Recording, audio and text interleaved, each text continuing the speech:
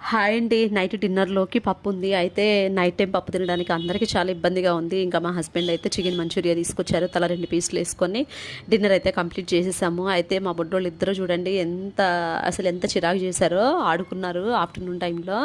ఇంకా అవన్నీ గూడా బయట పెట్టేసినప్పుడు నేను అదంతా చూసి ఏంటమ్మ ఇలా చేశారు, నేను ఒక్కదాన్ని ఎలా సర్దుకోవాలి ఏంటి అనేసరికి మా జాయ్‌సి నేను హెల్ప్ చేస్తాను మమ్మీ, నేనే సర్దేస్తాను ఇవి మొత్తం అని చెప్పి అసలు కొన్ని నిమిషాల్లోనే మొత్తం నీట్‌గా సర్దేసిందండి. నాకు నిజంగా ఎంత హ్యాపీ అనిపించిందో. ఆడపిల్లలు అంతే కదా, ఎదుగుతున్న కొద్దిగా తల్లులకి చాలా హెల్ప్గా ఉంటారు. ఇంకా నైట్ పడుకునే ముందు అయితే నాకు ఇచ్చిన ప్రోటీన్ పౌడర్ని పాలలో కలుపుకొని అయితే తాగుతున్నాను.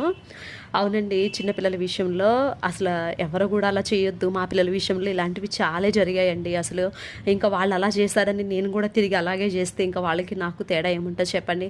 వాళ్ళు బ్యాడ్ వర్డ్స్ నేర్పించారని నేను నేర్పించడం అసలు అది పేరెంటింగ్ అయితే అనిపించుకోదండి. పిల్లల విషయంలో ఎవరైనా సరే, చిన్న పెద్ద ఎవరైనా సరే వాళ్ళని మంచి వేలో, హెల్దీ వేలో తీసుకెళ్ళడానికి ట్రై చేయండి.